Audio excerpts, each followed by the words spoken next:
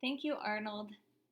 And I also would like to welcome you and thank you for joining us today in our second presentation in our HSI Equity Talk series.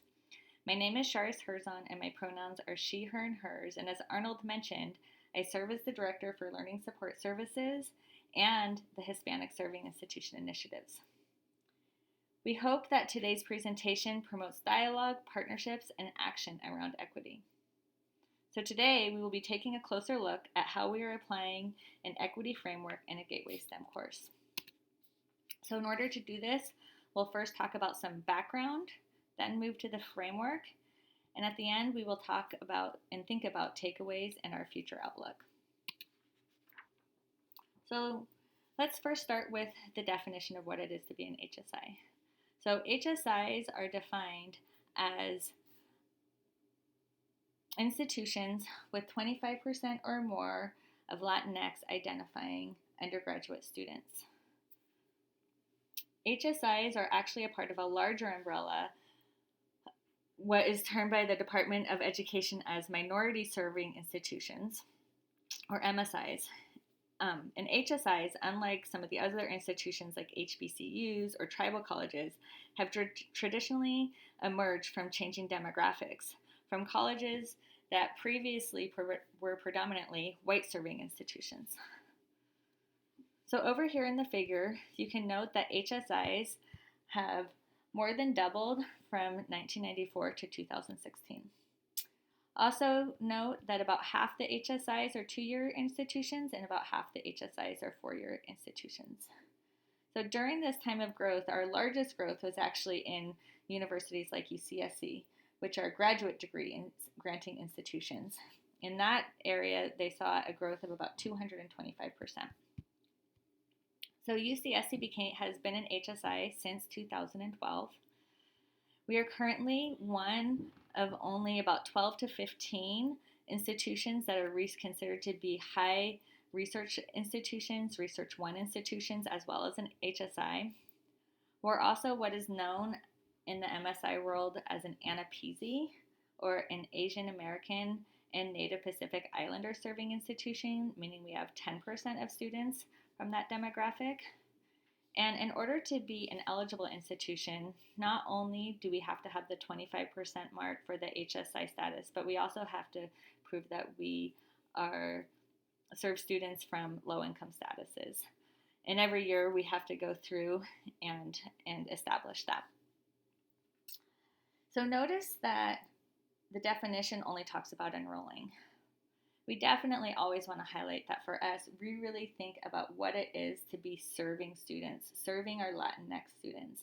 And it's really interesting to know and great to know that UCSC is actually seen as a leader in the HSI world, especially amongst the UCs. So as we were in an emerging HSI, there was a task force formed, and in that task force, they really had a guiding question. And this guiding question was, what accelerates or impedes the academic achievements / success and or social and emotional well-being of Hispanic / Latinx students at UC Santa Cruz? So I want to highlight that this is what we would call a race-conscious question. So in gathering data around this question, we looked at institutional data, such as retention and graduation rates, UQ surveys, and then we disaggregated that by race. We also looked at other information, such as information from students, and in the initial startings of the task force, they were able to gather some information from a student focus group led by an undergraduate research team from Dr. Catherine Cooper's lab. So as we were trying to understand this question, we also really knew that it was important to involve practitioners when looking at the data for understanding and contextualization. So for this process, we really take the framework provided by Dowd and Ben Simon, the practitioner inquiry as a driver of change. And in this, as we mentioned, we really started with thinking about student outcomes, and then thinking about how those student outcomes came from practitioners and how practitioners, through a cycle of inquiry, can create intervention points with students or activities or programs.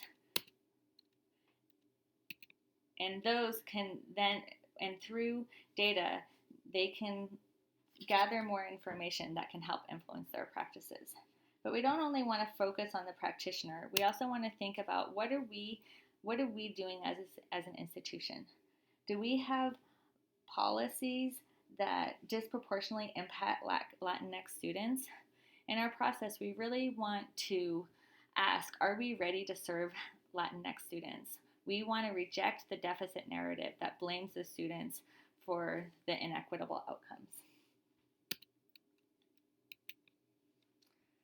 So another piece that we need to do is we need to have an agreed definition of equity.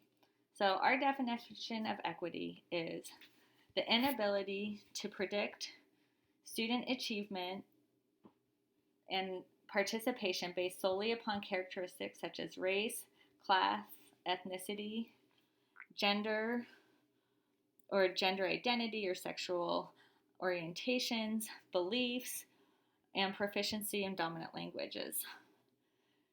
When we can no longer detect or predict student outcomes, mostly thinking about normative outcomes such as GPA and graduation rates based solely on these markers.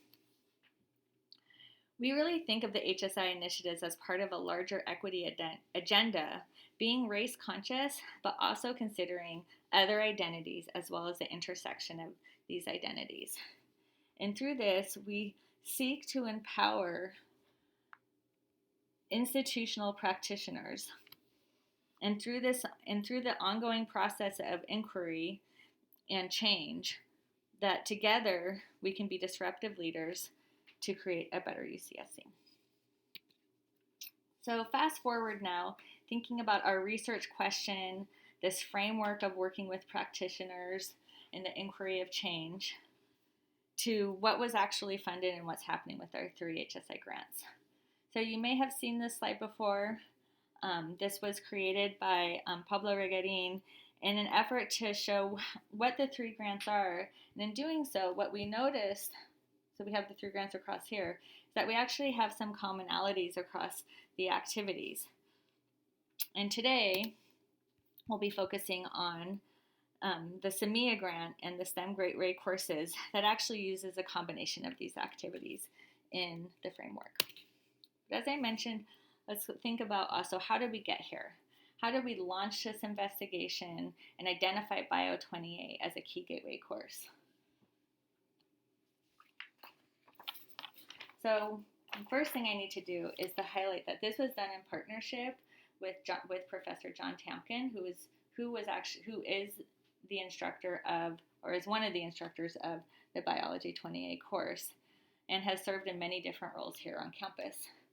Through his knowledge and experience with the curriculum, the courses, his experience of teaching the course, and knowing students, his knowledge was just critical for us to understand and to contextualize this process.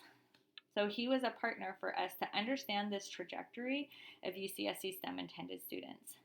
We also wanted to identify barriers that impeded the success of Latinx and low-income students. And we knew that the outcome that we were wanting here was the student outcome was to eliminate achievement gaps between traditionally marginalized students and their more privileged peers.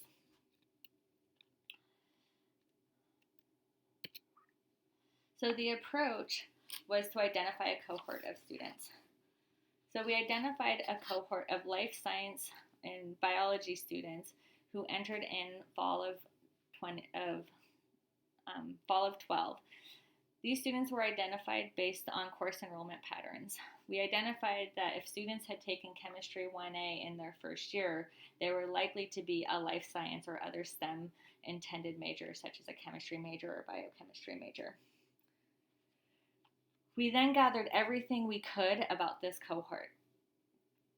What courses they attempted, what grades they earned, what majors they declared, what the retention and graduation rates were over the 4 years, and then disaggregated that data by gender, ethnicity, first generation, EOP status, and of course also by race.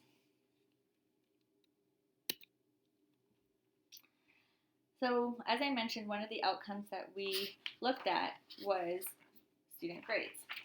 So along here, in these words that you can't read, because they're so small, are all the courses that the students took here along the x-axis. So starting with AMS courses and ending in a writing course. Here on the y-axis, you see the grades that were earned in the course converted through to a 4.0 scale. So the A to F grades were converted to a 4.0 for an A, a 3.0 for a B, a 2.0 for a C, and so on. So some things to notice here are, as I mentioned, the course that we identified to define the cohort was Chemistry 1A. So the size of the bubble indicates how many grades were earned in that. And you can see here that this size bubble represents 1,536 grades. So this is actually slightly more than the number of students who were in our cohort. And this wasn't necessarily surprising to us. It had been established through other analysis that unlike what students may hear, which is if you fail a STEM course, you shouldn't be a STEM major. We've actually seen that about 60% of successful STEM students fail a course at some point in their career. But here, through this arc, you can see a bit of the attrition of the STEM students. So going here and then going through what's here labeled as 108A and B, or the OCOM series. One other point of reference is Writing 2. So this is a required writing course that all students at UCSC take. So you can see that these students' achievement in writing course is actually quite high. It's actually on average above a B. So next, we mentioned that we needed to disaggregate this data by race. So here in this bubble chart, white students are represented in the blue bubbles and Latinx students are represented in the orange bubbles. So what you see boxed here is Biology 20A, again, the course that the professor that we were working with, John Tamkin, teaches. Chemistry 1A, again, a course that has a large equity gap, is noted by the bubbles being very far away from each other, as well as Math 3. These other math courses are also the calculus courses, but here the gaps aren't quite as big, but you see that many of these bubbles are actually below the 2.0 rate. Another visualization is what's known as a heat map. Here, this counts the number of D or F grades in a specific course. And again, the same three courses came up: Chemistry 1A, Biology 20A, and Math 3, as courses that were barriers disproportionately for Latinx students. These visualizations are really helpful to understand the data, but they do need some backing in statistics, and this descriptive data was confirmed through chi-square testing that these differences that we're seeing are in fact significant. So what do? We wanted to ask ourselves, are we effectively scaffolding students? Who are all the students who are supporting students while they're going through these different courses? Do the folks supporting students have access to data? What sort of practices are they using? And can we better align efforts in order to better support students? So with this, I'm going to hand it over to Oli, who will take us through what the equity framework is.